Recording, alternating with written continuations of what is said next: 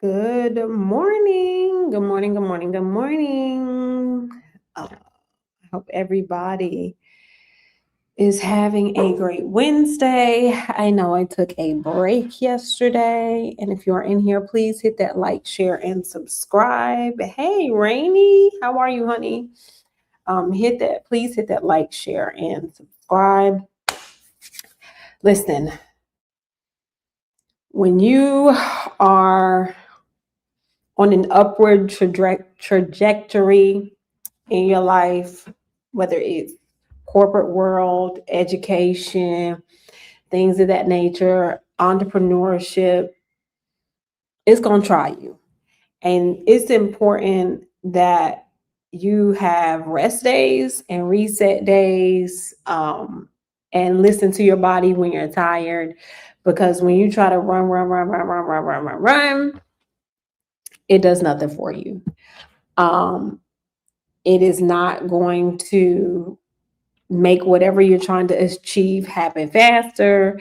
It's not going to make your progress speed up. None of that stuff, because a tired you is also making bad decisions, judgment calls. You don't have clarity, and then your body just starts to do whatever. So I have said to myself, I was going to pride myself on listening to my body. So when I'm tired, I take those mental rest days. We all need them, and it is important, even with our children. It is important. Hey, Sean. Hey, Boo. Good morning. Good morning. Good morning. Also, guys, I will be putting out, I am building a mini law library for myself. So I am going to do an Amazon list of books that I want. And either you can contribute through either sending a Cash App, a Super Chat, or by purchasing one of the books. Hey, Miss Vegas.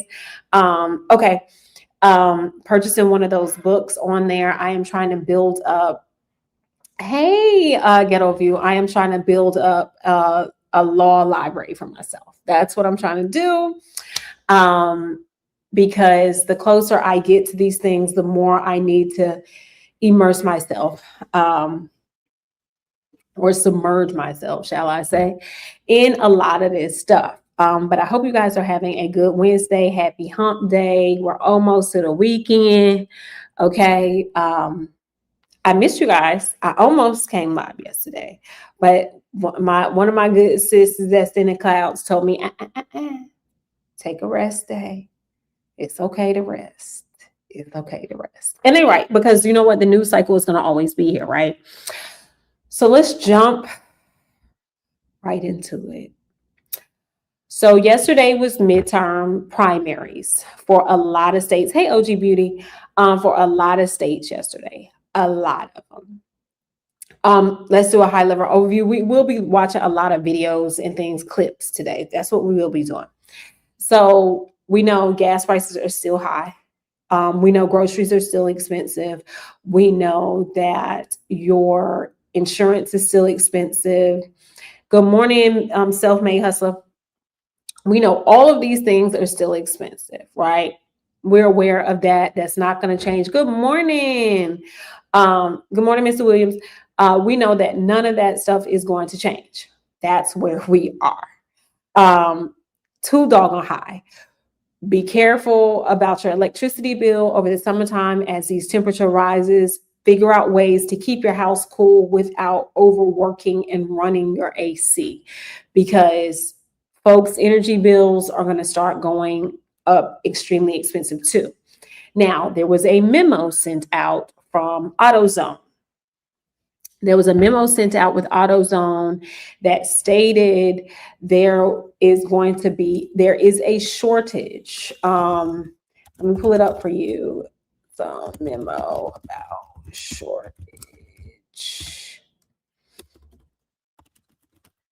There is a shortage of oil right now. Okay.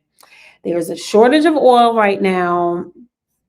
And it's getting really real, guys. Like, it is getting really real. Hey, boo. It is getting really real. So if you have a vehicle, when you now go to get your oil and filter change, you probably are going to see where, and this was actually leaked. We weren't supposed to see this, but it was actually leaked. I'm gonna try to make this as big as possible. But what we're seeing here is saying pending store-wide training team. When speaking about unusual or historic supply chain disruptions, it's common for those of us who have been in the business for a moment to reference situations from decades ago. But the truth is, if you've been with us for even a year, you've already worked through one major supplier and related rebranding. Okay. They're talking about COVID. It's also talking about, in the coming weeks, we'll be providing full training sessions on our in development motor oil and specialty fluid substitution recommendation systems. Okay.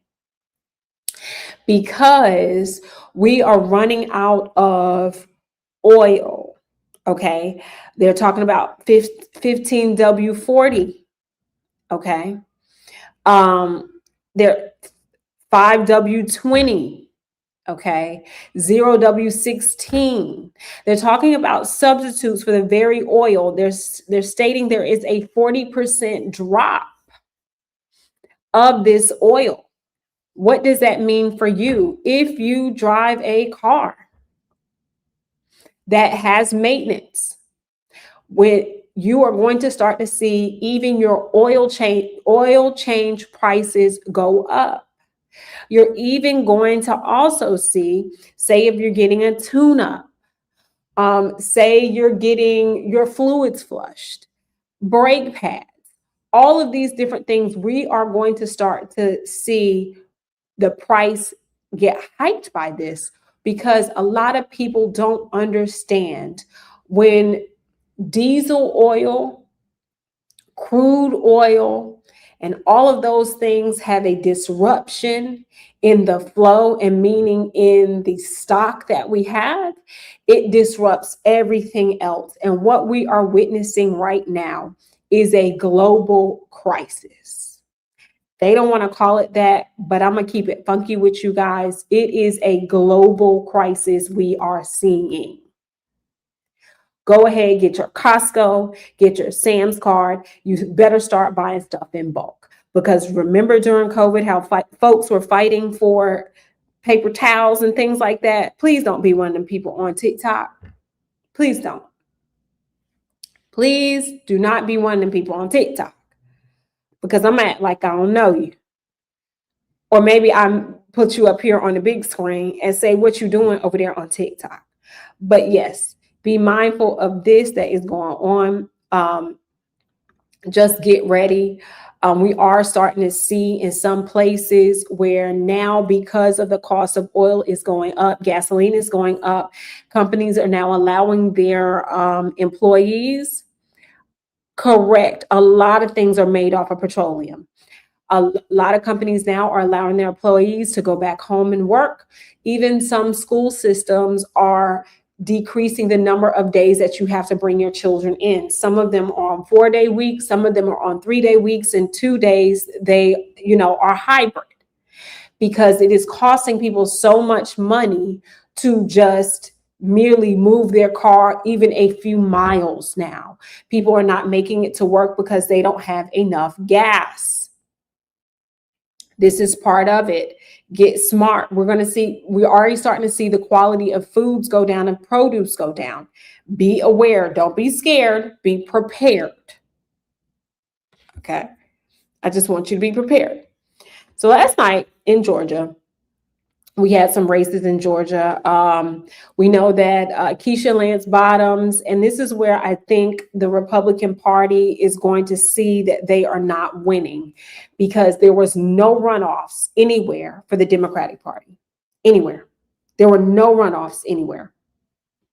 The voting turnout for the Democratic Party versus the Republican primaries, oh my gosh. Oh my gosh. They are coming out in droves. I'm talking, we're seeing an influx of 50, 60,000 people voting. And that's an influx of what numbers have previously been. Louisiana, them folks are in trouble down there because y'all done went and woke up the beast. There are long lines of a petition to remove most of their politicians. They need 800,000 signatures. I have been watching on social media where the lines, they have designated places, and these lines are blocks long. People are tired. People are sick and tired. And there are people that are going to be voting blue that have never voted blue before because they need some type of stopgap from this man in office who is literally taking our own money. He robbing us right now. We get it's a stick up every day from this administration. It really, really is. And if you don't open your eyes to see it, I don't know what to say. So let's start with this $1.7 billion slush fund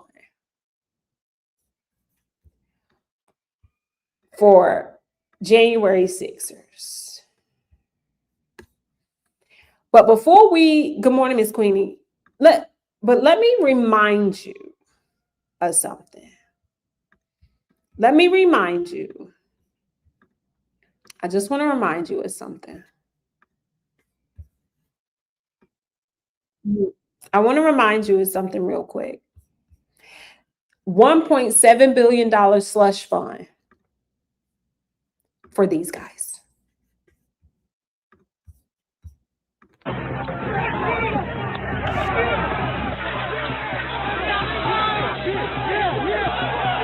Multiple capital injuries. Multiple capital injuries.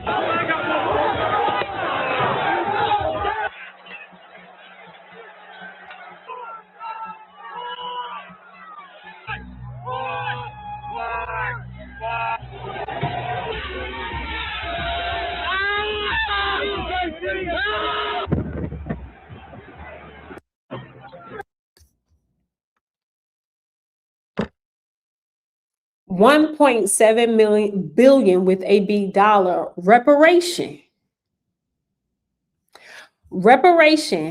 to cop killers, because that's what happened. $1.7 billion to domestic terrorists, because that's what they are. $1.7 billion to thugs and criminals. This is what they are, right? To violent folk, hey, Barn Dog, to violent insurrectionists, all because the election did not go their way.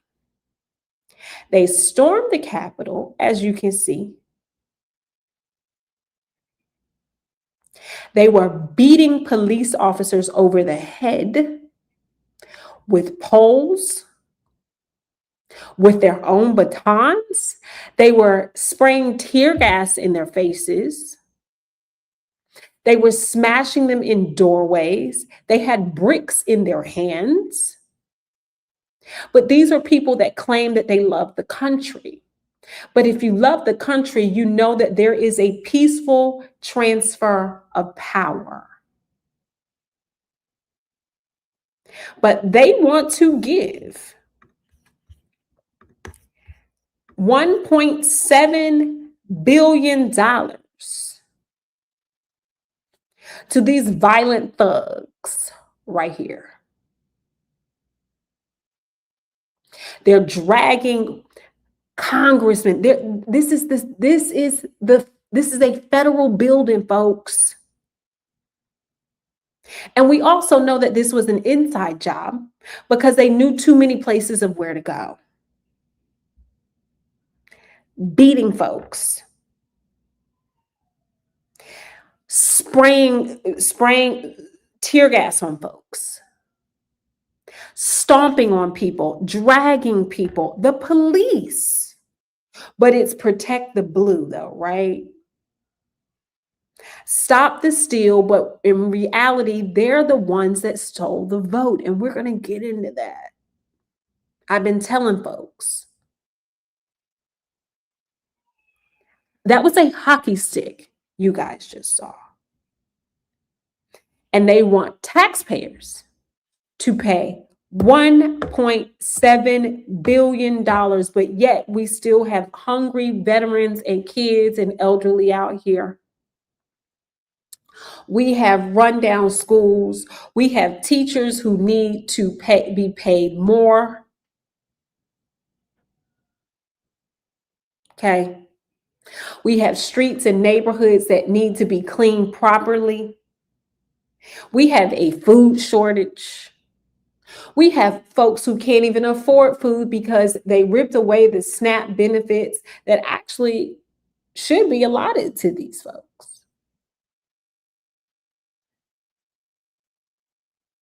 Remember, they put their feet up on Nancy Pelosi's desk and they were smearing feces and urinating through the hallways. And they want to call Black people monsters? I think not.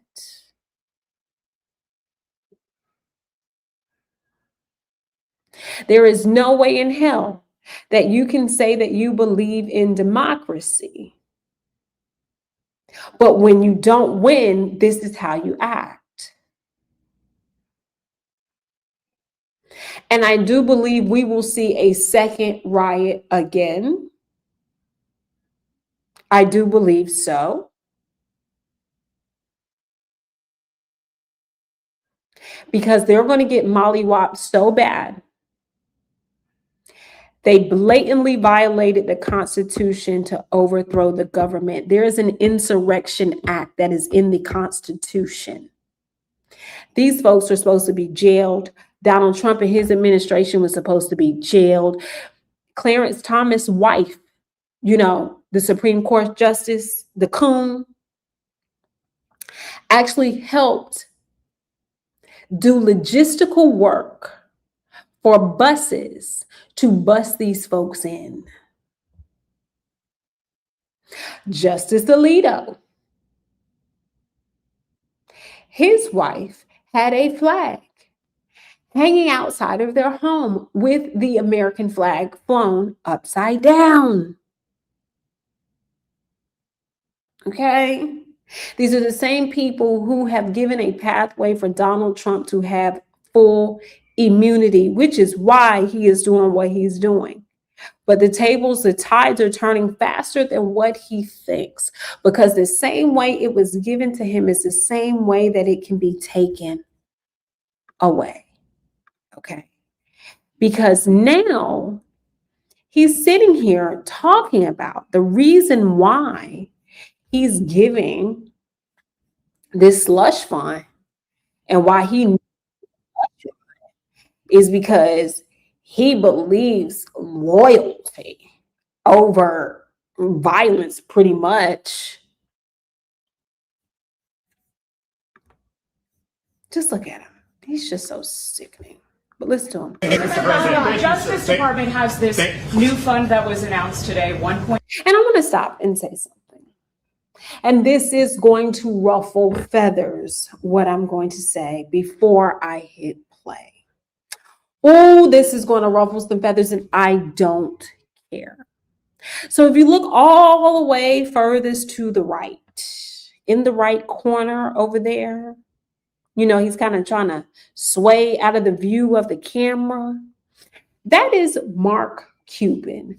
Mark Cuban, who has called Trump every name in the book. Mark Cuban, who was on the campaign trail for Kamala Harris. Mark Cuban, who is a billionaire, the owner of the Dallas Mavericks, the one who is on, Lord, it's my favorite show and I can't think of it off the top of my head. But anyway, that is Mark Cuban, guys. And I am going to say this, and I know people are going to feel a type of way, but when white men, always white men. And if you get it, you get it. But white men are going to always white men. Okay? Anyway. $7 billion. Yeah. Why should taxpayers pay for the January 6th? Well, it's been very well received. I have to tell you, I know very little about it. I wasn't. He says it's been very well received and he knows very little about it. We know that he's lying. The same way he said he didn't know anything about Project 2025, but everybody pretty much predominantly who is in his cabinet or his circle of advisors are the authors of Project 2025. Please spare us. Please spare us. We're not going. The jig is up. Involved in the whole creation of it and the negotiation. But this is reimbursing people that were horribly treated, horribly treated. It's anti-weaponization. They've been weaponized. They've been, in some cases, imprisoned wrongly. They paid legal fees that they didn't have. They've gone bankrupt. Their lives have been destroyed. And they turn out to be right. I mean, it was a terrible period of time in the history of our country. And they worked on it. I know the Justice Department, it's really been working on it very hard. There's been numerous other occasions over the years where things like this have been done, but these were people that were weaponized and really treated brutally by a system that was so corrupt. People that were weaponized and really treated brutally when we just show what happened. Mind you, these are also the same people who are getting locked up at large for pedophilic behavior, for domestic violence, terroristic threats, all of these things. These are not good people. These are not good people. He's talking about they've been treated unfair, but here's what he has to understand. Those people is the population of the United States of America, they're like a small circle now because MAGA has really and truly left the building. They have left the building because they can't even afford to drive to the voting polls to go vote. Thanks to you. Yes. With corrupt people running it, and they're getting reimbursed for their legal fees and the other things that they had to suffer. The other things that they had to suffer. Other things that good morning, I'm no joke. Other things that they had to suffer. But last time I checked, we're still waiting on our 40 acres and a mule. Because if you want to talk about suffering, and yes, I'm about to go there. So buckle up, buttercups. Yes, I'm about to take it there. You want to talk about suffering. Let's talk about suffering when we had 20 to 50 pound chains, not only on our hands, but on our feet, chained to other bodies in the bottom of a boat where we had to travel for days, weeks, months by water, not being fed properly, diseases running rampant. We get here and there is books about it because they even wrote about this bullshit. Okay. These racist bigots, these slave owners wrote about it.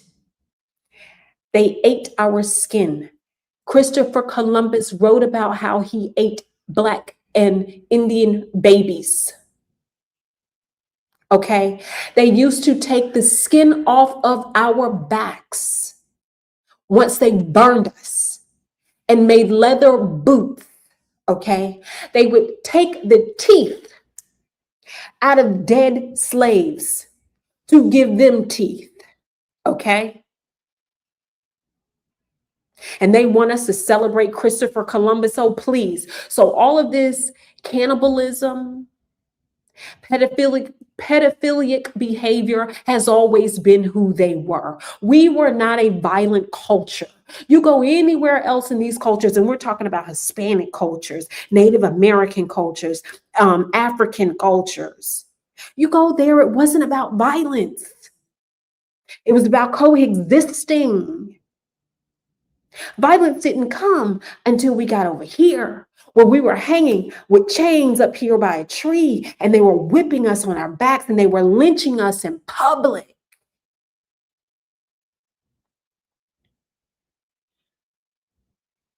They were raping the slaves, not only because they were having their way with them and that they're sick, but we also know that they have this sick fetish for Black women, and they needed to produce more slaves, and then would sell those kids off because they were youthful and strong.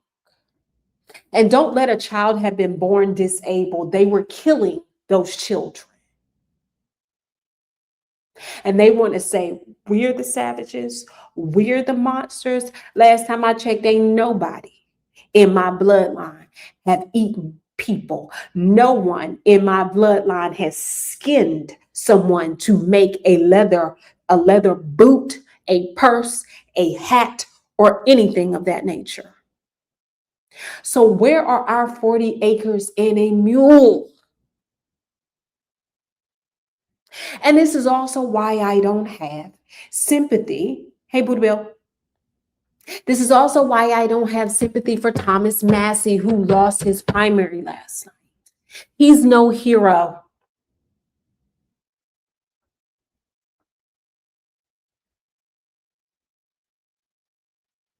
He's no hero. And we'll get to him in a second. But they are about to give these folk, these violent criminals, access to taxpayer dollar. And not only are they going to give them access to this money, right? Not only are they doing that, but also guys, Donald Trump has now had his DOJ department write up that he never has to be audited in taxes. What the fuck is going on?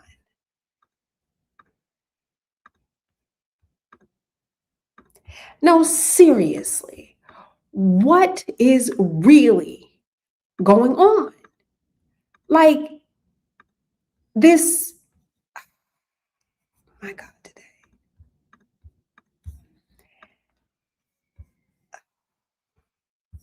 I want you to listen to this crazy freak.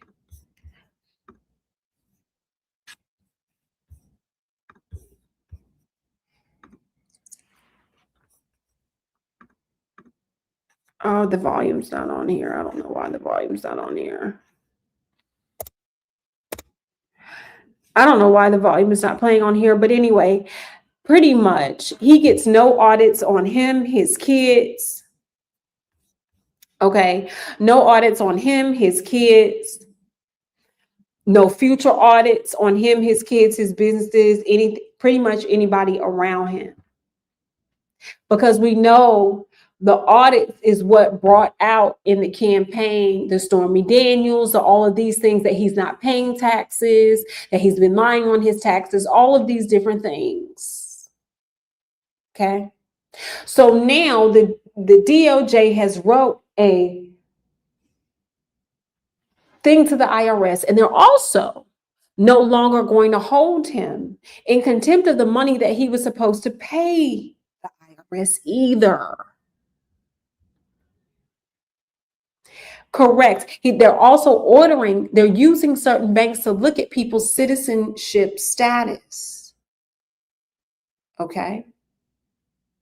These are the things that are going on, and these are the things that people are really, really not talking about, because I have to say this to you. While they're doing that, see, everybody like to say, oh, they're just trying to distract us. No. They don't care about distracting us, because they're operating 2 and 3 things at the same time. Because I'm going to tell you what else they're after. The reason why they're trying to redistrict so hard, because they're not the majority. They're not. They're not the majority, okay? Let's just clear that out. They're not the majority. But another reason why they're trying to redistrict so bad, they're going after the 14th Amendment.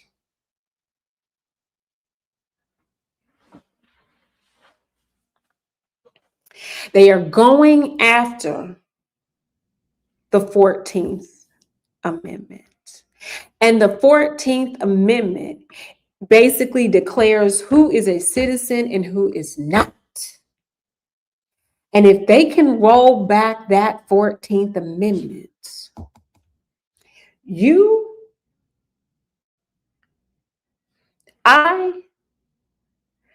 my child, your child or children, our siblings, our parents, our cousins, our neighbors will lose our citizenship like that. And it will give them the right to institutionalize us and eradicate, yes, all of us, and eradicate us from being a complete citizen in the United States of America. And they will also use us for working labor, and that is a more politically correct term for slavery. We will no longer be able to make money, get an education. They will erase us out of history books and or deport us to other countries that we've never been to or actually from, and sell us off to them for they to have labor. Why do you think they had that big detention center? They were sending all them folks to Argentina, which is one of the worst prisons that ever is. Yeah. They was getting money. They was getting money.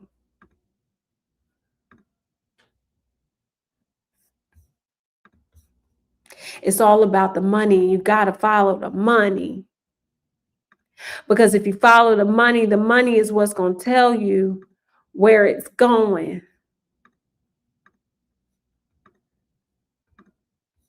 Okay? The money is always going to tell you who's doing what where. Okay? The same way all of these detention centers that are popping up or attempting to pop up. I just want y'all to hear Former this. military analyst. This is about it's almost 3 minutes. But this lady right here has tracked down where the money for these detention centers, because people are going to say, and I'm going to give you guys some information. People are going to say, well, Obama deported the most people. Yes, he did, but he did it correctly. 92% of the people, 92+% of the people that Barack Obama deported were actual criminals.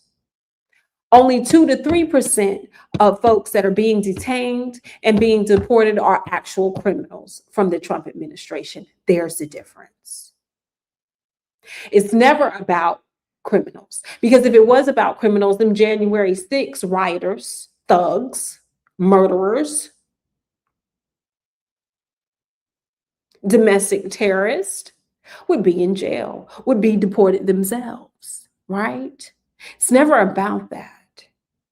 It's okay for who they say it's okay to act like monsters and animals. Always remember that. Remember what I said earlier, white men are always going to white men.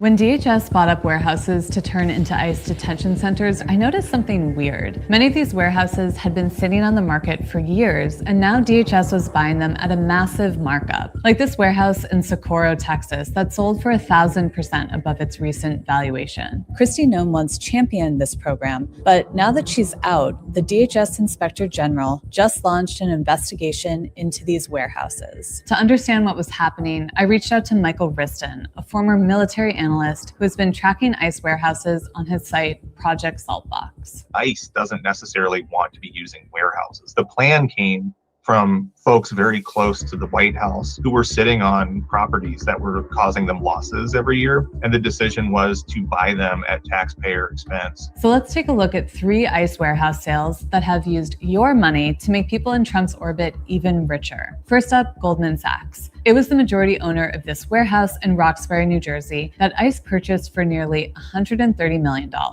That's 137% over a previous valuation in 2025. For years, Goldman Sachs executives have had close ties to Trump, like Steven Mnuchin, who served as Trump's Treasury Secretary in his first term. Next up, Blue Owl. You may not know this private capital company, but honestly, you should. 35 members of Trump's administration reported investments in Blue Owl funds. Even Trump himself has over $5 million invested in Blue Owl, which has also been a major funder of data centers across the country. So maybe it's not a huge surprise that Blue Owl was paid about double the market valuation of a warehouse it owned in Tremont, Pennsylvania. And then there's Deutsche Bank. Through a series of subsidiaries, Deutsche Bank owned a warehouse in Salt Lake City that ICE is now planning to turn into a facility with about 10,000 beds. With their DHS markup, Deutsche Bank essentially pocketed nearly 50 million more taxpayer dollars than if they had sold at market value. Deutsche Bank has loaned Trump about $2.5 billion over the past 2 decades and had 40 different accounts with none other than Jeffrey Epstein. Even though these warehouses haven't been converted yet, Wall Street institutions have already cashed in. And the reality is that other Trump-connected contractors are already profiting off of ICE detention facilities with inhumane conditions. What we're seeing happen now, I never in a million years envisioned seeing this happen on U.S. soil. Never once. The nearly $1 billion spent on warehouse purchases is just a fraction of the $38 billion that DHS has to build out a mass detention system that could hold nearly 100,000 people. So it looks like there's a lot more of your taxpayer money to go around. Like I said, follow the money. This was all by design. It was all about money. The more bodies, the more money. The same way the privatization of prisons, the more bodies, the more money, because they can use that as labor. Oh, thank you so much, Reed. I appreciate you. It's always about the money, and don't forget it. And that's why it is important and imperative for us as Black families with Black children. We have to educate them and get them to a place to understand emotional intelligence is important, because they're ready to lock your ass up. They're ready to lock your ass up and put you to work. I don't know if you guys have been following that Fulio trial, but all of those Black boys were sentenced to life in prison for killing that rapper, right? And so when they were having the warden testify, the warden said, please don't sentence him to death, because we could use him for sweat labor. This is what they think about us. Sweat labor. This is what they want to do, because there's also a decline in inmates as well. They're not going to tell you that. There's also a decline as well. So I can go on and on about that, but we don't even have enough time in the day. So yeah, it's always follow the money. It's always follow the money. And it's funny that they talk about following the money. We have Jeff Bezos, the one who's sponsoring some of these things, having a different opinion about the working class now. And remember when I keep telling you guys that racism is really expensive? Racism is really expensive because what happens is it starts to affect their bottom line. And what these business owners, and it may not seem like it right now, but I'm telling you guys, they are starting to distance themselves. And what they've been investigating, these private companies, right, are still implementing their DEI things because they know that Donald Trump is a losing ticket. They know he's a losing ticket. So they are trying to back away from this man as much as possible because we already know that the things that are Jeff Bezos about to say, Donald Trump don't think that, nor does the authors of Project 2025 think it either. But let's just take a look. I wonder if it's the backlash because nobody wanted him on the green carpet at the Met Gala where his washed up, stitched up, sewed up, nipped and tucked new wife, kind of waltz up there and everybody ignored her because we know that Beyonce and Rihanna and A$AP Rocky and Jay-Z and Blue Ivy were the show, right? Like nobody cared about anybody else being there, along with a couple of other people that I really enjoyed seeing there. But Bezos' plastic wife can't even hold a candlestick to his ex-wife, okay, who is living the best life possible, okay, off of Amazon money because she built that company. Okay. But anywho, take a look at this, guys. We'll talk about, making the tax system more progressive. How about we start by having the nurse and queens not pay taxes? Why is somebody at all?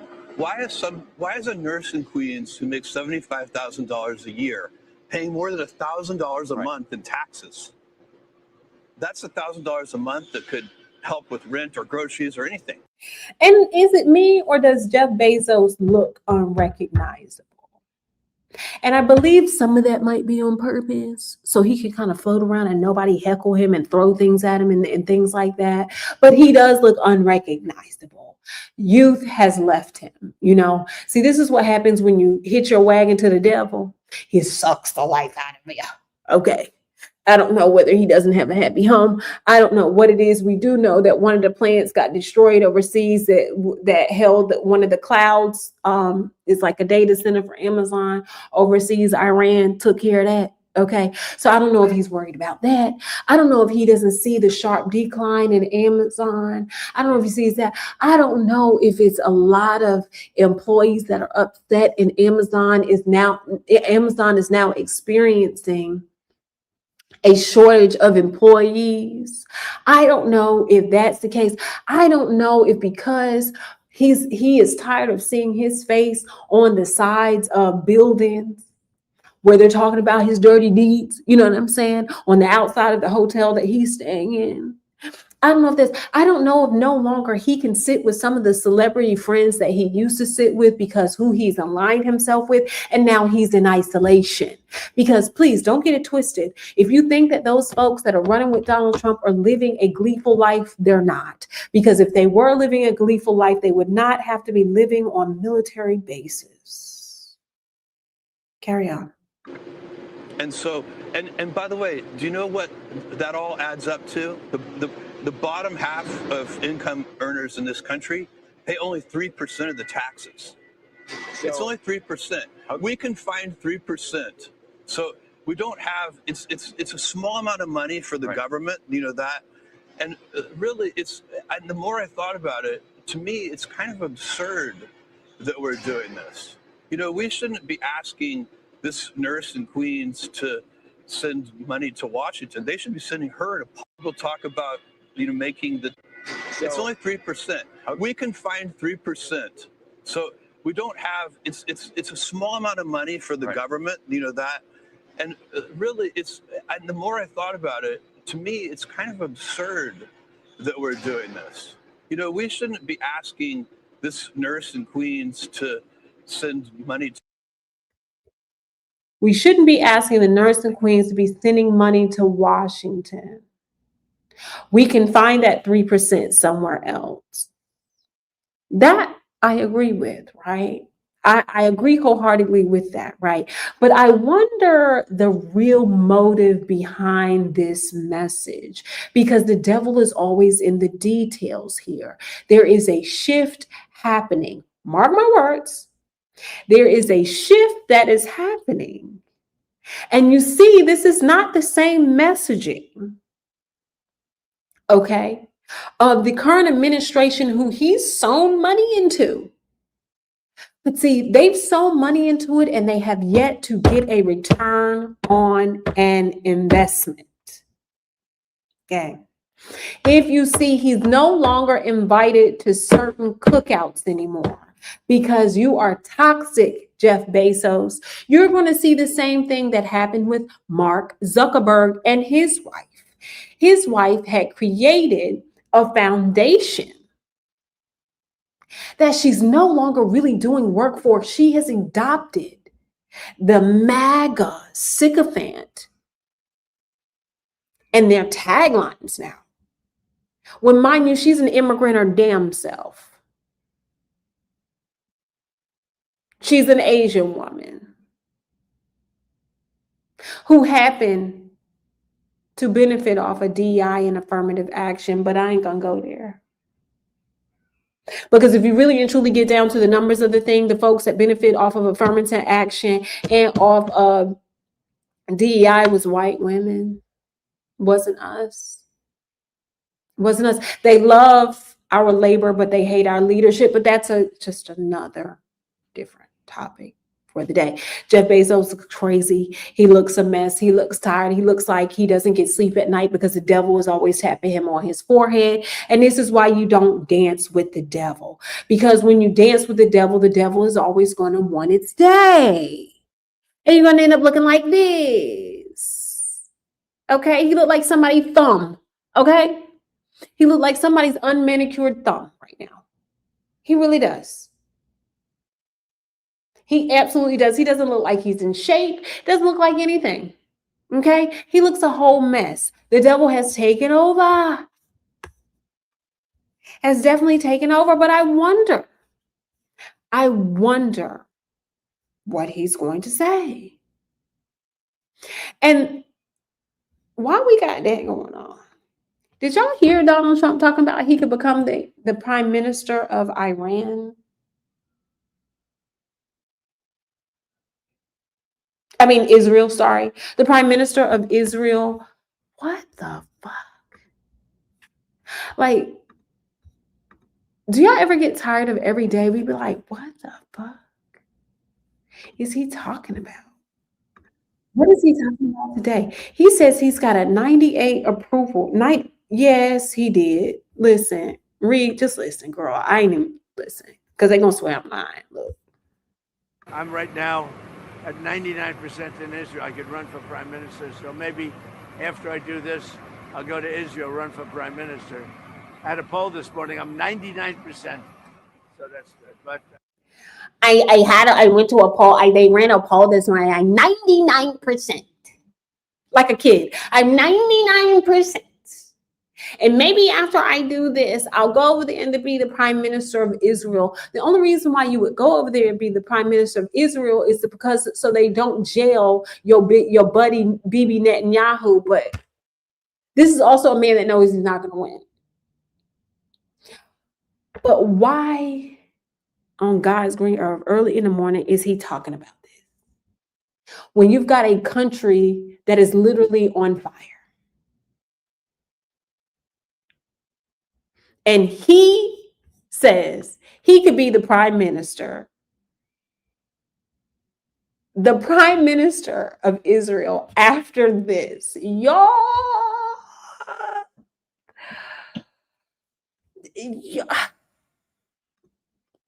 Y'all, we cannot make this up. Listen, we can't make this up. Right. We can't make this up. Meanwhile, we have Ebola outbreaks everywhere. We have Ebola outbreaks. Hey, the Queen for you. We've got Ebola outbreaks everywhere. And we have none other than the Elon, the Dirty Musk, bragging about it. Ebola on fire and spreading rapidly. Okay. And this is what this crazy man, who is always also high on ketamine and who has about 20 kids and 17 baby mamas. But these are people that are so Bible toting and so, about the family. But he be having kids on top of kids and they be 3 weeks apart. Child, bye. So, for example, with USAID, one of the things we accidentally canceled very briefly. One of the things we accidentally canceled. First of all, can we really even understand what he's really saying? Because first of all, during the USAID, what we accidentally canceled. What? So now they're saying the quiet part out loud that they canceled USAID, and we told them that this was going to happen. They canceled USAID, and now because of the things that USAID does, the relief that it provides, and it has been dismantled, every disease is on the rampage. It was Ebola prevention. I think we all want Ebola prevention. So we restored the Ebola prevention immediately, and there was no interruption.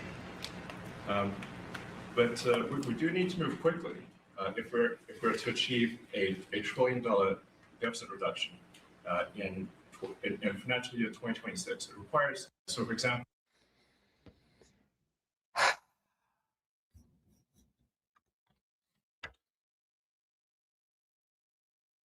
Yeah.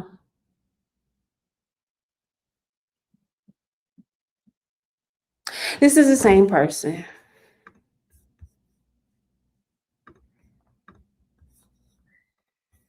The same person whose kid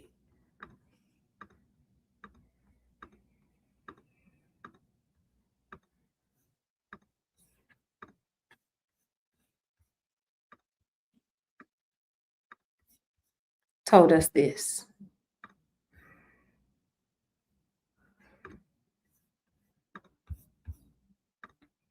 Should we help President Trump? Yeah. Well, you have. Yeah. If we're in space acts and quietly just do whatever we want.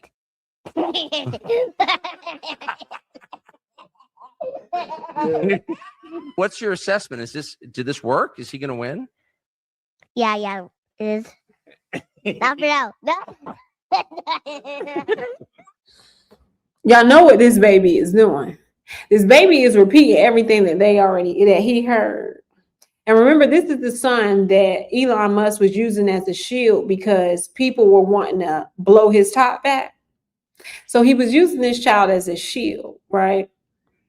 And because he was using this child as a shield, this little boy heard everything his daddy was talking about because he was everywhere with his daddy because his daddy was using him as a human shield, which I think is disgusting because we no longer see him with the child anymore. But he was using him as a human shield, and the little boy was telling us in real time what he was hearing. That he was going to use the satellites to make Donald Trump win. Y'all know kids are like sponges, especially that age. They hear everything and they're going to repeat everything. They're going to go to school and be like, Mommy and Daddy was saying F you, you SOB. Mommy and Daddy said that you're not cute and they don't like you. Mommy and Daddy was over there talking about our light's going to be out tomorrow. Mommy and Daddy told me that I could play hooky from school. Mommy and Daddy told me they was going to whoop your ass. You know that's what kids do. I think it's done.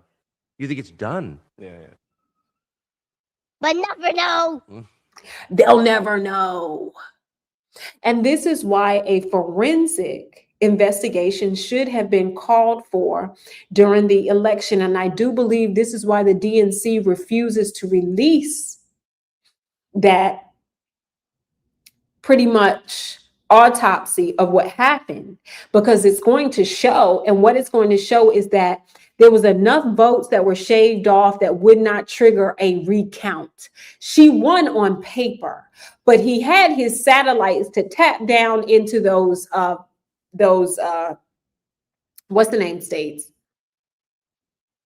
to make sure that they had just enough skimmed off the top that wouldn't be so alarming, but he won every swing state, and that has never been done. And the election has never been called that fast in the history of us having a democracy. But this little boy, X, that's his name, is telling you what happened. I'm looking at the data as it comes in from every county in Pennsylvania. Oh, he can tell us. You understand? These kids tell everything. These kids tell everything. And you know who else tells everything? I need y'all to lean in, okay? I need y'all to lean in. Y'all know who else tell everything? Ain't nothing like a bitter baby mama. Ain't nothing like a bitter baby mama watching they rich ass baby daddy not pay attention to them or the child, not finance them in the way that they feel like that it should be. There's nothing like a bitter baby mama. And guess what happens when you have a bitter baby mama? Because they love to say that Black folks are the only people that have baby mama, baby daddy problem. Not so fast. Oh, let's take a look. Baby, y'all better get this. Y'all better get this popcorn ready, because this is hot piping.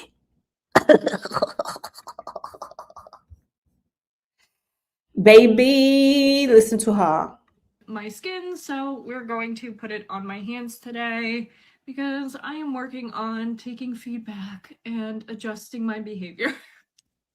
There is, again, a lot of discourse around, we shouldn't rebrand Ashley, she was involved in all this harm, and I was. And something that's very important for me to address is that these things happen to me, and I've said this many times before. The cruelty is happening to me because I ignored the cruelty and the pleas of others.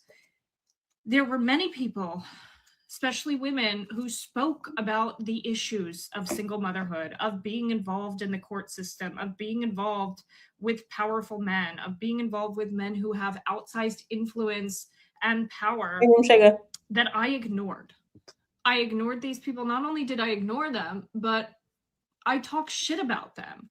I used their experiences as a political talking point, as a political counter, and to my own detriment. Okay. Again, did you hear what she said? Single women, and then single mothers were trying to tell her he ain't the one, sis, because he got 12 other babies and baby mamas that he ain't dealing with, he mistreating, and he ain't taking care of. One of them, he went in front of their house and put the Tesla up on a thing and rode off on the sunset. How's she supposed to take that kid around? Okay, I digress. Great book I recommend is Hood Feminism, which I will get to that and some of my other deconstruction and what led up to that later, but this is all tangentially related. So I know I'm going to be jumping around in the timeline a little bit, but I'm processing everything and talking about it in chunks. That's just easier for me. So the year is 2024. I'm pregnant. I get pregnant in January of 2024. And I start gaining weight because that's what happens. And so immediately there are a lot of people speculating that I have a child with Elon because he is the most prominent person publicly associated with me at this point, and he has a harem. So Elon has never explicitly said or even really implied that this needs to be a secret, but I just am because I don't want to deal with it. That's a lot. But there are a lot of people speculating. There are a few people in my life who are aware. However, I made a very big mistake in telling one woman, who is referred to in other videos, especially my Real Housewives of Mar-a-Lago series, as Ozempic, because Ozempic uses this thing that is private and I want to keep under wraps as a means to social climb and for her to be like, oh, I know one of Elon Musk's baby mamas. And suddenly there's just many people who the only common denominator is this girl. Okay, get on with it, girl. We will get to that more in depth when we talk about how this all came out in the public sphere. But what I want to focus on is the election. Okay, because this was the first time in my life, and I know I was publicly tweeting about MAGA and elections and Trump, but this was the first time that I felt like my actions had consequences. And I know that sounds insane, but I was very divorced from the reality and the consequences or You the don't fallout say. of any of my rhetoric or MAGA influencing until we started getting closer to the election. I had never really, I just didn't think my words and my involvement or any of my actions had any sort of like real influence outside of meme tweets. So Elon uses Trump's assassination attempt in Butler to say that this is the catalyst for him supporting Trump, even though he was already supporting Trump and working on his America PAC, yada, yada. Now, in September, I put a dark black MAGA hat on Elon's head while he was at my house. This MAGA hat would become very well known and known as dark MAGA, okay? I regret to inform everyone that I am responsible for dark MAGA and the cringe that ensued thereafter. Elon is meeting up with like friends, mutual friends we have, and he's like, oh yeah, Ashley gave me this out, whatever. And then he does this whole dark MAGA thing on stage with Trump very publicly. And so simultaneously, there are a few things going on. I have this big, gigantic secret that I am having a child with the richest man in the world, and he is all over the news. And there is something just inherently dirty about keeping a secret, even if it's not anything wrong, and I'm not... there's just something that is psychologically fracturing about keeping a secret. Okay, and so now I am being reminded of this secret every time I open my phone or I turn on the TV. And not only that, but now he's jumping around on stage with this gift I gave him. And I like genuinely do not even know how to explain like psychologically what this felt like. And he wanted me to see this because then he is sending me the tweets that are like, Elon, where's a dark MAGA hat? Like he's sending me these posts to show me like, look, I'm wearing the thing you gave me.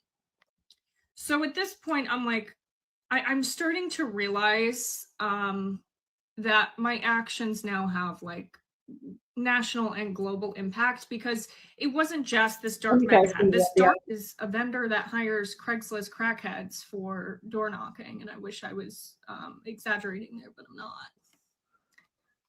He keeps going and he says, you know, this is not a piece that they'll see on the chessboard.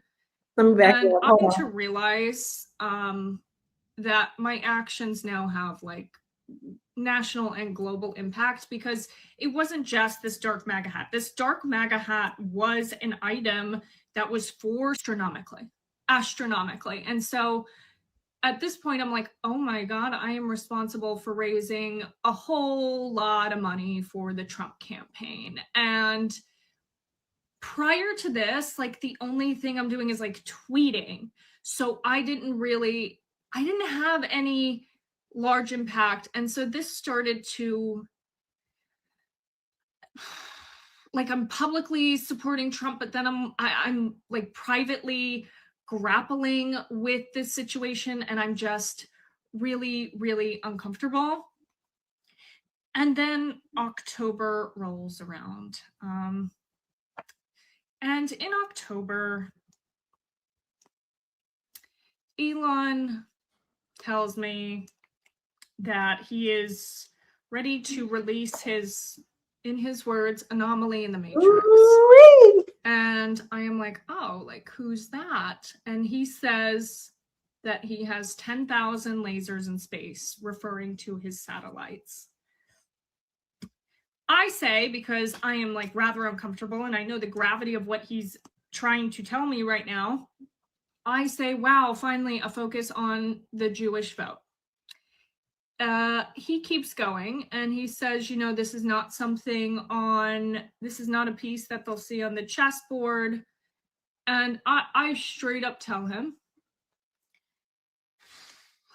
I say, I would ask more, but I really don't want to be deposed. To which he says, very wise. Too late. She's going to be. Shortly after that, you know, he's involved with America PAC and all of this other stuff. And he's sending me some internal data from America PAC, real-time Delta vote metrics.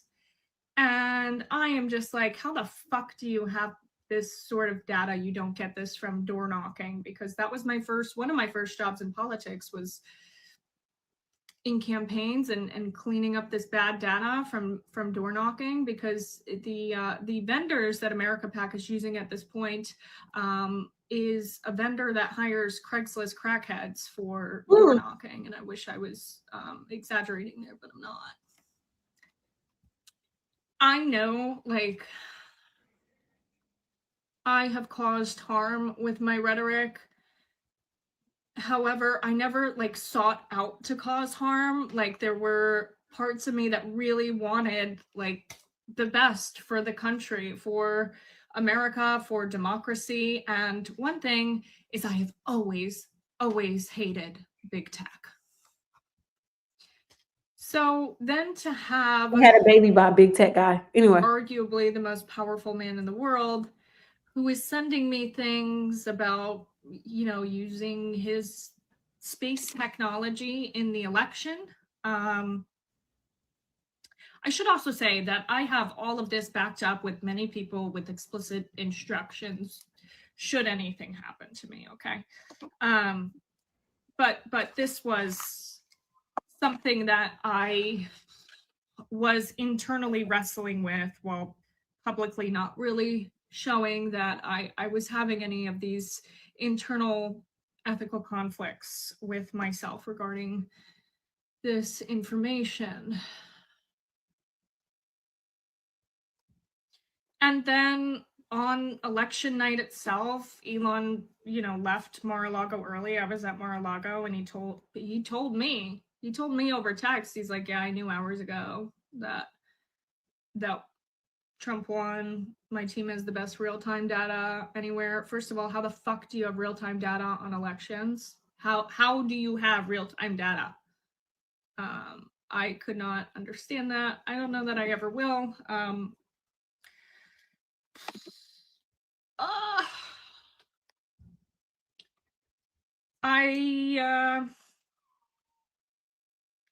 I saw some shit, guys. Like, I saw some shit, and I'm fighting really hard to keep my voice, because I saw shit that impacts everyone. And if so what we are witnessing right now is the fracture of MAGA.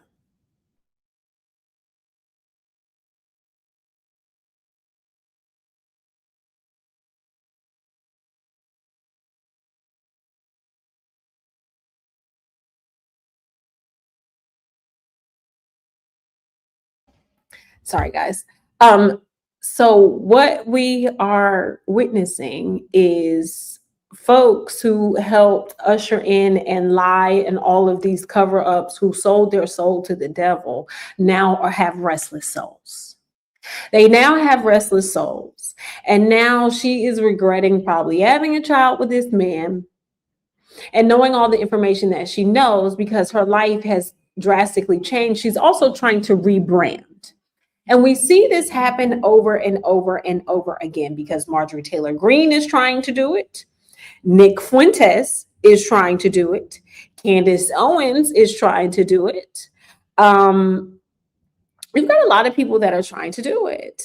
And here's the thing about me. We're not going to forget how you guys ushered this man in. Okay? You guys ushered this man in. This is another bitter baby mama moment. You're bitter while holding secrets, so now you're unleashing the clip. You're letting the clip fly, as they like to say. You're letting the clip fly. But I could have told you guys that I knew that they had cheated, that I knew that all of this was a lie. I knew it. Anybody who has been in politics and knows politics really well, we knew that they had cheated. And the more and more is going to start to come out, and what's going to happen, those Supreme Court justices that got appointed under this administration will be impeached. These folks, this thing is worse than Watergate. And what is also going to happen is they're going to have to give DC their statehood so that they can file state charges on every last one of them. Or better yet, New York. Letitia James could do it. I have very good faith in her. Because of the irreparable harm. This man is going around talking about if anybody in ICE is indicted, he is going to release ICE into that city.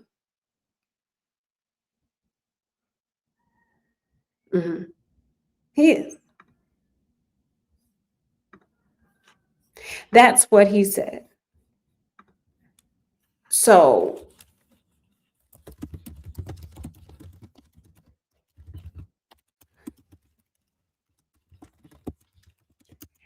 this is what we are seeing in real time.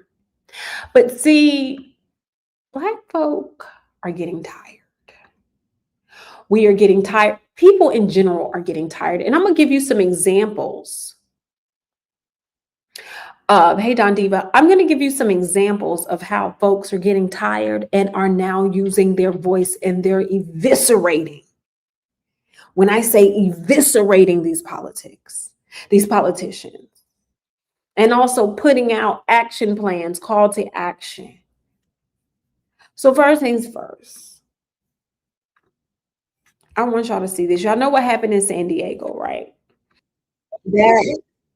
That mass killing at a mosque happened in San Diego.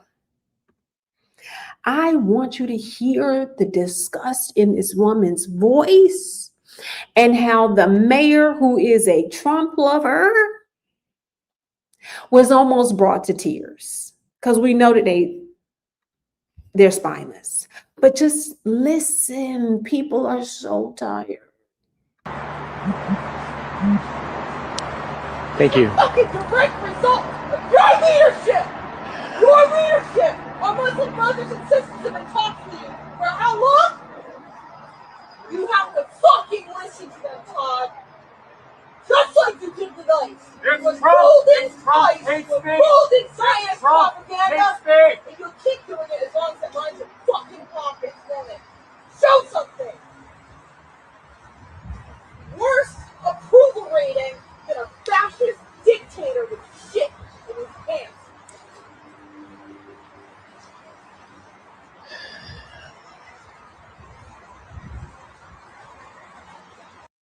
And that's how you clear a bitch, okay? Worse than a fascist dictator with shit in his pants. That's how you clear a bitch.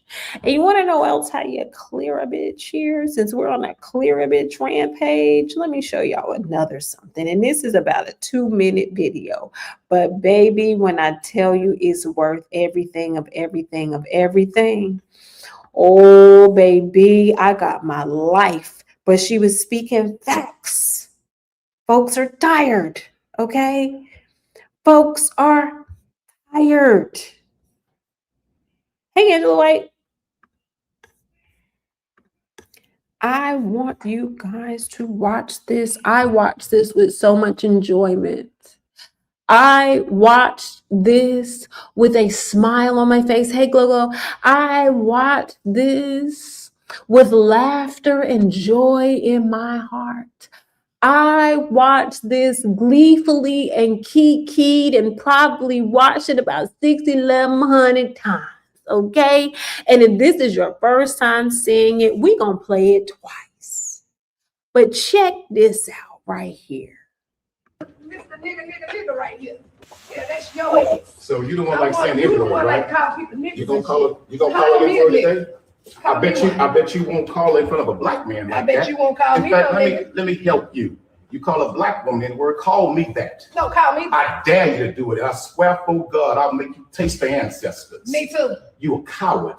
Call that black woman the N-word. You a real coward, man. We'll catch you inside. Go right ahead. I guarantee you wouldn't do it in front of me. Come on. I know. In fact, I know you won't. Say the N word in front of me. Come on, go on in there. And I'll give you a taste of everything for the answers. Say it. Say it in front of me. I dare you to say it. It's Quanell X, but you'll learn it real well today. Yeah. Say it. I bet you won't say N word in my face. See, you talk to black women like that by themselves. You intimidate black women by themselves. But a black man, you won't open your goddamn mouth. I dare you to say it. That hearing aid. I dare you to say it. That hearing aid. That hearing aid is you get your old ass in there. Run around with your bald head ass, you old spike little face looking bitch. I ain't playing with you.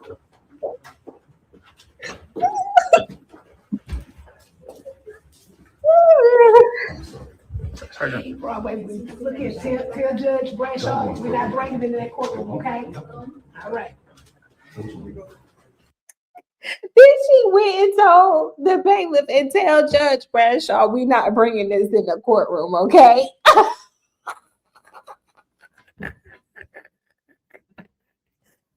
Baby, let me tell you something.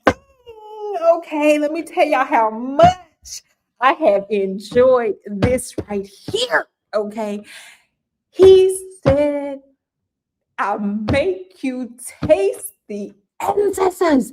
Do you know how hard somebody gotta slap? How many centuries they gotta slap you back? Like that slap that's more than a slap her around the world, baby. That he gonna knock both of them. If you looked at the man, look at the man. The man had 2 hearing aids, not one. He had 2 of them bad boys. Look at him back there. 2 of them bad boys. Okay.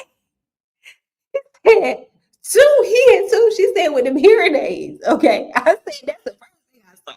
He over here quick to call somebody a nigga, but can't even hear right. How you quick to use some slanderous words when you can't even hear slanderous words? Like, help me, somebody.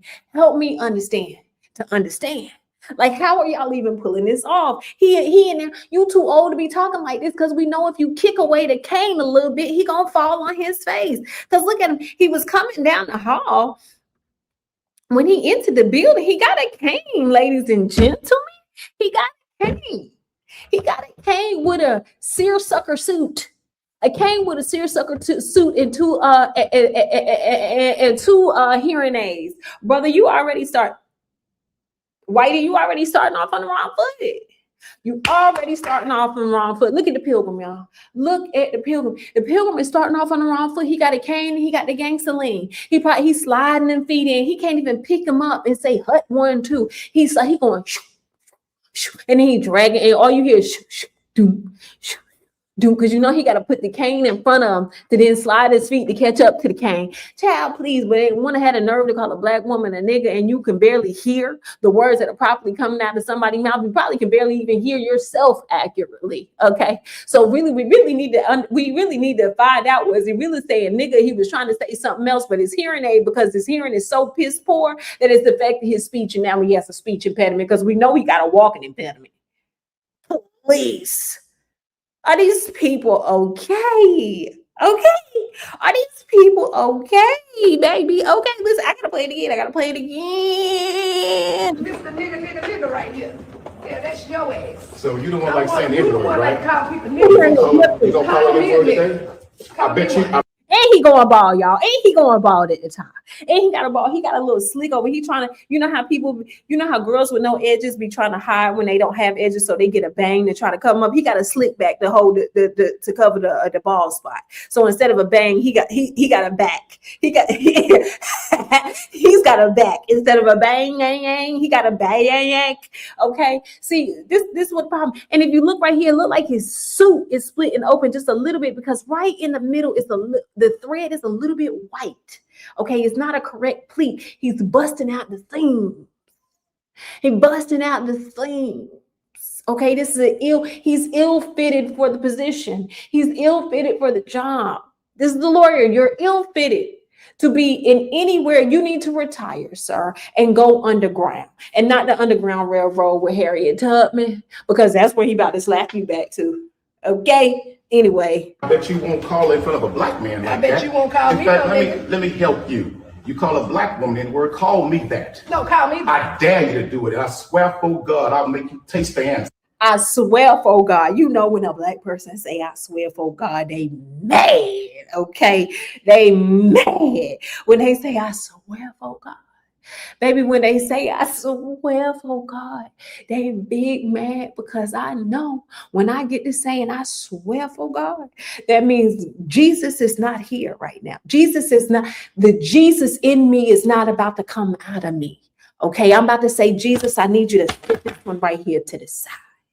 Okay, because I have decided to take things in my own hands. Okay, this is what happens. And see, when you push us to this point, we get to slapping and stop dapping. Okay, we get to running up and gunning up when this starts to happen, and we're sick and tired of being sick and tired. So here we are. Okay. The Malcolm X in us have now emerged. We ready for whatever. Okay, because there's more of us than it is you. And he was scared anyway. He looking back, can somebody help me? Anyway, let me play it back. Sorry. I bet you won't call me. Let me help you. You call a black woman in word, call me that. No, call me I dare you to do it. And I swear for God, I'll make you taste the ancestors. Me too. You a coward.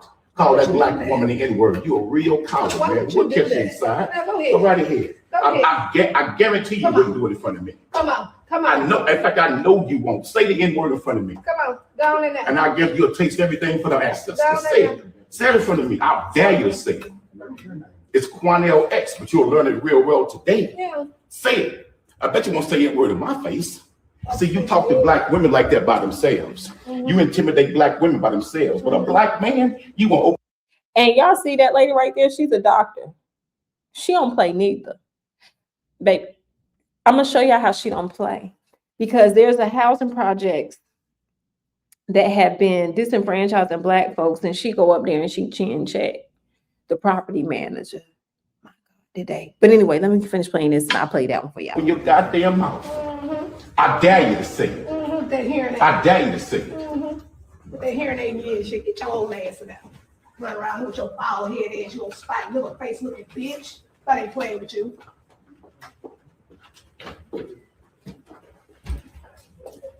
Ain't nobody playing with you. Broadway, look at Judge Bradshaw. We're not bringing it into that courtroom, okay? All right. Okay.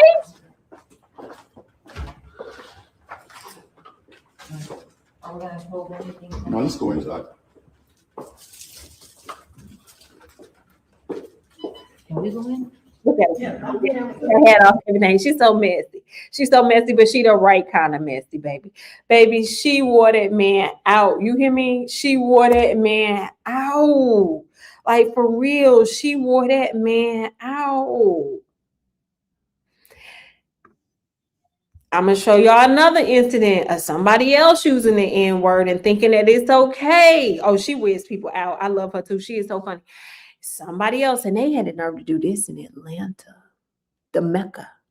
Okay, watch this. A nigger out of control. Right, and I'm about to put you on Facebook. You on my car? You want to spit on my car? I don't give a fuck, bitch. You still going on Facebook? Get out the car. You want to go? Oh, look at this. MDU 7760. You don't have a license plate, you fucking dumb bitch. You want to spit on my car? I'm calling the cops on you, you fucking retard. You gotta have a nigger out of control, people. Okay. You gotta have a nigger out of control. Right, and I'm about to put you on Facebook, you fucking red dick bitch. Exactly. You're mad because you almost hit my car. Fuck you. I'm not. Get out the car. Do you want me to beat your ass? You almost hit my car. Get out the car. Then shut up. You almost hit my car. Because you are backing in. What the fuck you saw me backing the fuck out? You fucking dumb bitch. I'm not gonna beat your ass when my son is right here. And I'm not gonna do shit to you, but I'm gonna call the cops on you. Get the fuck away. Yes, I am. But I am. But I am. I'm calling them right now, bitch. I'm calling them right now. I am. I am. You sure do. You sure do. You sure do. And I'm calling the cops because you just assaulted my car. You're lucky you're a say that. I'm not scared of you, bitch. I'll have somebody come up here and beat your ass. That's why you're doing this, because I'm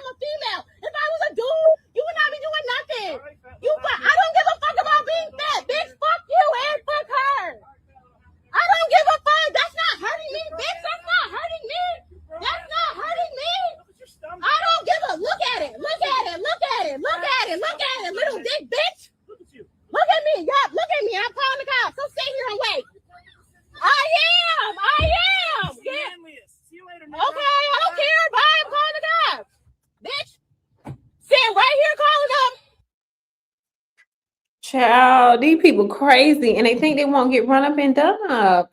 Like they just don't think that these things will happen to them. Give me just a second. I'm looking for. I think her name is Dr. Catherine. I think that's her name. Hold on. I meant they're getting bold. Yeah, they are. Oh, they are. They getting real bold. Okay, they're getting very bold. And they think ain't nobody going to say nothing to them, and they are finding out in real time. Ain't nobody scared. Ain't nobody scared, and we got something to say. And what we got to say, you're not gonna like, and we don't care how much you don't like it either. Like we don't care. We could give two. We could give 1, 2, 3, 4, 5, 6, 7, 8, 9 fucks. Okay, that's right. We are bolder. Okay, we are much bolder. All right, because we talking about being bold, right?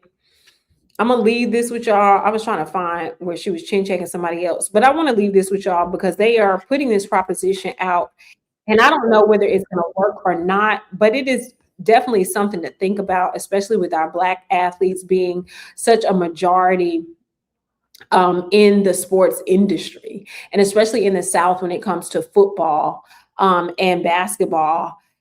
For these colleges, we're making them hundreds of millions in dollars every year, and they're in these states that are ripping our rights away from us in real time.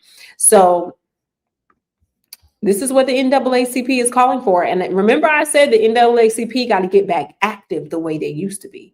And I think they heard my call. I don't know if somebody watched my show or the ancestors whispered something in their ear, but take a listen at this and tell me your thoughts. This issue, given your unique personal journey and having been an athlete in the SEC and now. Yeah, I think, first of all, we have to acknowledge the hypocrisy of these states that use Black bodies as economic engines on Saturdays, and on Sundays, they're taking away their votes of their Mimas, of their Big Mamas, of all their family members. So that part of it is real. And that part of it we cannot deny. Also, at the same time, I think it's really rough to get to speak out to these 18-year-olds and ask them to make these decisions. When I was 18, I was 17 actually, to make the decision. I had studied so hard and so long to figure out what it was for me to get to Tennessee, and then not only that, but the main pipeline to get to the NFL. So my main mission at that age was trying to get to the NFL. I think it's really difficult. These are real issues that need to be addressed, but I think it's difficult for me to push on these 18-year-olds, these 19-year-olds to get them to make a decision of this magnitude at such a young age. So what are y'all thoughts? Anybody have thoughts about this particularly? Sean, you still here? Sean, I don't know if you're still here in the clouds or not. What are some of y'all thoughts about what do y'all think the athlete should take a stand? Because we already know that movements really do start, they begin to explode with the youth. And I kind of feel divided about it because they're offering them money and opportunities that a lot of HBCUs just don't have the funding to do so, you know, and we also know that a lot of these kids want to go off and play professionally. And a lot of HBCU athletes do not, because they just don't get the prime time. They don't get the notoriety. They don't get the training, things like that. They are overlooked. The talent is there, but a lot of kids have to leave at HBCU and go to a D1 to get the recognition to get drafted. But it is something to quite think about, because if they did it in masses, and my only thing of it is that they have to have the support of the viewer. We cannot still watch them while they decide to go other places. We have to support where they are going and show up in droves where they're going, and disconnect and discontinue our subscription to watching football, the SEC and things like that. We have to learn how to do that. So that's the only thing. I just don't want the kids to be left out on the limb without a true support system with them. So, that is that is my whole like thought behind that. And you know, it's just a thing to think about. It's really a thing. It's really a thing to think about. And Black alumni from these schools need to stop putting their dollars in there, stop donating to the boosters, stop showing up, stop wearing the paraphernalia, and start going to these Black schools and wearing their paraphernalia. Listen, I'm an Aggie all day, Aggie Pride. North Carolina Agricultural and Technical State University. Okay, you can't tell me. One thing about a HBCU will birth something in you that a PWI never could. But it's just, you know, I'm on the fence about it. I'm really on the fence about it. And maybe the Black athletes need to start speaking out and saying, hey, I'm not going to make a commitment until you guys start doing something. Not saying I'm not going to go here, but let's table this first and let's talk about some politics. Maybe that's the way to go. I'm not quite sure how to, because they cannot, HBCUs also cannot offer them NIL packages the way that, you know, these PWI schools can. These kids are making money while in college and changing not only their lives, but their brothers and sisters, their parents, you know, and if they have children, if, you know, they had children young, they're able to provide stability for their children while they're away in college and going after their dreams. So it's really a difficult thing to kind of grapple with for certain or whatnot. And I just kind of wanted to leave you guys with that for sure, because we are, you know, we're in an interesting time and we're at a crossroads where we've got to figure it out. You know, we've got to figure it out. Like, we've got to figure out what is going to work for us.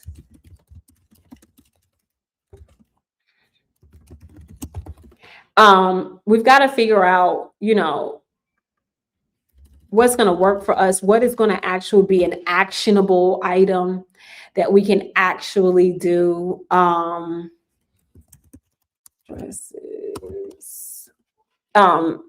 You know, and things like that. So it is, you know, it's just really something we have to think about. It really is. It's really something that we have to think about.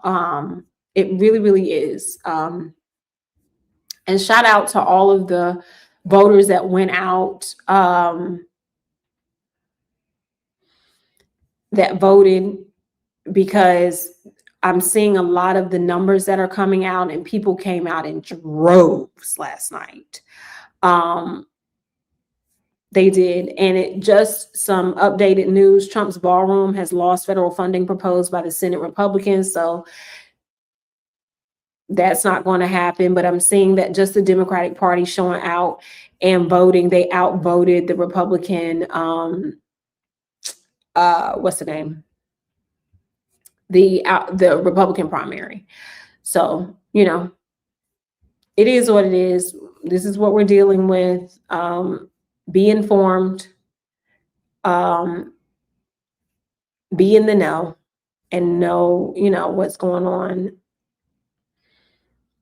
for sure. And we will see you guys tomorrow. I was speaking as alum from these schools. I attended ACC school and had a great experience.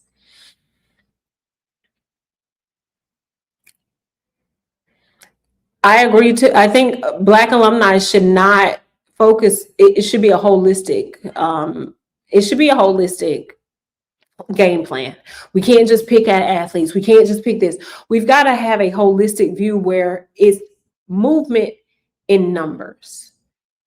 When they see numbers, which is why they're trying to gerrymander so bad, when they see numbers, they get scared.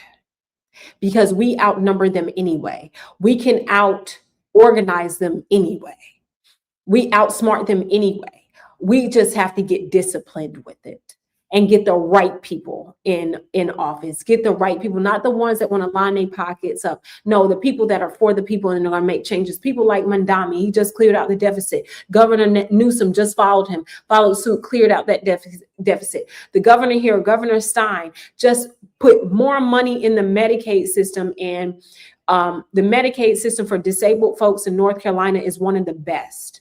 And I'm going to tell you why. They have things set up for these children where it's not a lot of red tape anymore. And so when he did that, he made sure that those disabled children will not lose coverage. People who direly need Medicaid will not lose that coverage. So there are some good things going on by governors and mayors and things like that. But we as the people have got to do our research and get our asses up. Get our asses up and not just talk about it, but be about it. When it's time to vote, stand in the damn line. If you don't like lines, do early voting. Get you a strategy. Go to community activist events so you can be in the know, because they're trying to use every tool in the toolbox to trick us, because now Georgia no longer is going to tell you who's Republican or Democrat. They're just going to have the name. So you got to know who's who. Meaning they're going to have cards. I know for me, when I go vote, I always take, and this is a testament to the Democratic Party in North Carolina. They give you a voting card and it shows you who to vote for on every line, because you may not know who the person is that's over the trash, over the waste and pollution. You may not know who the person is that is over an urban developer or whatever, over urban planning. You may not know the person on the school board that you're voting for, but you have to. Yes, the recall lines was started by Black women the same way that they redistrict Virginia, and I think they've got like 2 more in the chamber. Virginia got 2 more in the chamber. Okay, but how they figured out that map was from one of the Congresswoman's granddaughter, who works for her. Black women always got the source. And we got to start showing up as such. We got to tap into our brilliancy again, and don't let the politics of whatever else is going out, the doom and gloom, make us water our own self down. It's okay to be loud. It's okay to be colorful. It's okay to be proud. Okay, it's okay to laugh. It's okay to be educated. It's okay to be stylish. Because they love to tell us we overdress. No, I'm dressed just the way that I want to be. I'm articulate because I'm articulate, not because I'm trying to talk like a white person. Okay? Wear your big hair, your colorful hair, your braids down to the ground. Show up in all of your artsy, unique self. Appreciate your uniqueness, because no matter what they do, they cannot replicate or duplicate what we do. They can only try to mass produce it after we've put it out. So they're always behind. But anyway, let me get off of here. I will see you guys later. I love you guys. I will let you guys know when I put up my Amazon wish list, because I am building a legal library for myself. And I know a couple of people have sent me messages like, we know that you're, on the road to taking the LSAT, on the road to becoming a lawyer. How can we help? And this is one of the projects that I'm working on that I would love you guys, if you can, that's understandable. I tell people all the time, buy me coffee.